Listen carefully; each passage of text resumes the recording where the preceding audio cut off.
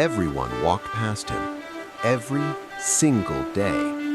But what they didn't know, that old man with the worn-out violin was hiding a secret worth millions. And today, someone was about to discover it. Picture this, a busy corner in Accra. Dusty streets, rushing crowds, faces buried in phones. And right there, in the middle of all that chaos, one still figure.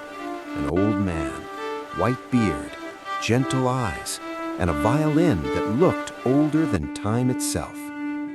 His name was Baba Kofi, and for 7 years, 7 long years, he played on that same corner.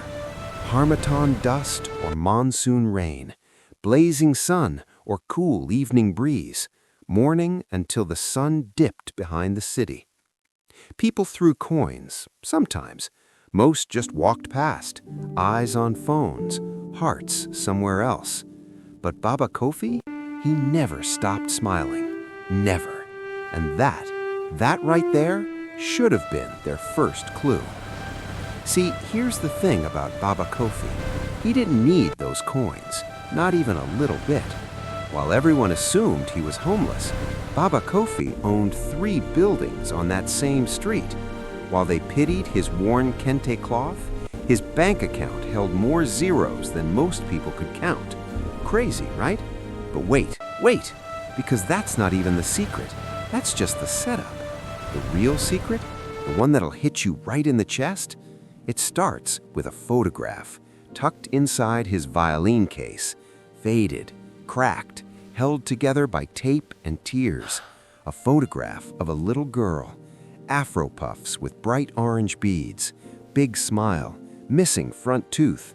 Her name was Amma, and she was his everything.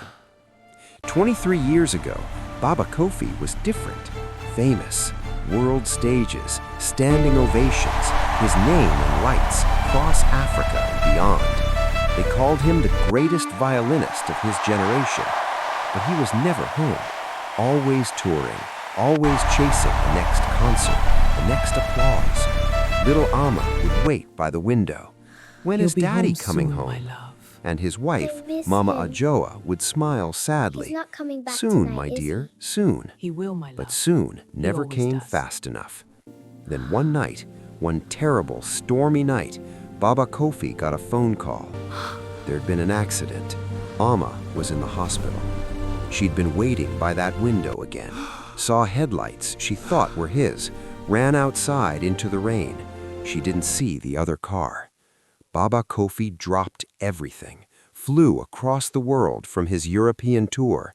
But when he burst through those hospital doors at Corlebu, the look on Mama Ajoa's face told him everything. Amma was gone. And the last words she'd ever spoken, "Tell Daddy I practiced his song. Tell him I got it perfect." Baba Kofi never performed again. Not on stage, not for fame, not for money. He gave it all away. Every award, every contract, every piece of that life that stole his time. He moved to that corner, that exact corner, and he played every single day. Why?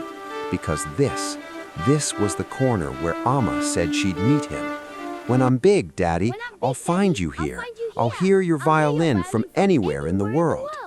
He was still waiting, still playing, still hoping some part of her could hear. But remember what I said, someone was about to discover his secret. That someone was about 10 years old, curly natural hair in 2 puffs, paint on her fingers, headphones around her neck.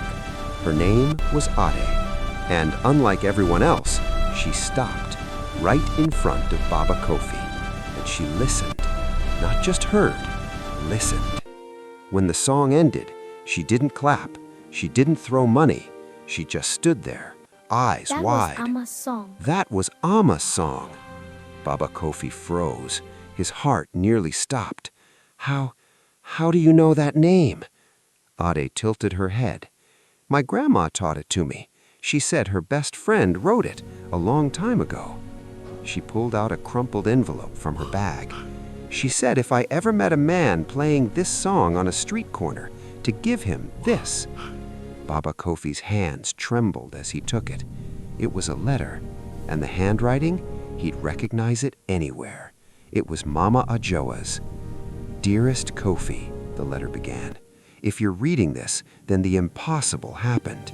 Someone found you. Someone listened. I never stopped loving you. I was just too broken to stay. After Amma, I couldn't look at you without seeing everything we lost. But I need you to know something. The night of the accident, I was going to tell you. We were going to have another baby. Her name is Alina. She's grown now, strong, kind, so much like you. And she has a daughter. Her name is Ade. Kofi, you have a granddaughter. She has your eyes. She has Amma's smile. And I taught her that song so she could find her way back to you. If you're reading this, she found you. Let yourself be found." Baba Kofi looked up, tears streaming down his white beard. And Ade, she was smiling, that same gap-toothed smile from the photograph, Amma's smile. "Are you my grandpa?" Baba Kofi couldn't speak. He could only nod. And then she hugged him, right there on that busy corner.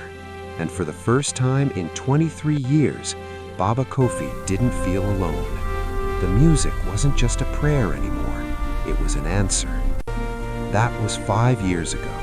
Today, Baba Kofi still plays on that corner, but not alone. Ade sits beside him. She learned the violin, and together they play Amma's song. People stop now, a lot of them. Not for the money, not for the fame, but because something about an old man and his granddaughter playing music that feels like it has a soul makes even the busiest person pause and remember what matters. The buildings he owns, they're now called Amma's Music School, Amma's Children's Home, Amma's Community Center. His wealth finally serving purpose. The secret wasn't the money, it wasn't the fame he walked away from. Baba Kofi's secret? He never gave up. He kept playing, kept hoping, kept believing, even when the world stopped listening. He trusted that one day, someone would hear. Hey, yeah, you. Still with me? Then you're not like the right there means something. If this story touched you, even a little, hit that subscribe button. Not for me, for stories like this, the ones that remind us to slow down, to listen, to believe that the people we've lost, maybe they're still with us, in songs, in strangers, in moments we almost miss. Drop a comment. Tell me, what would you wait 23 years for? I read every single one. And if you think someone needs to hear this today, share it. Send it to them. Because sometimes the right story finds the right person at exactly the right moment. Just like Ade found Baba Kofi. I'll see you in the next one. Keep listening. The world is full of music if you just stop long enough to hear it.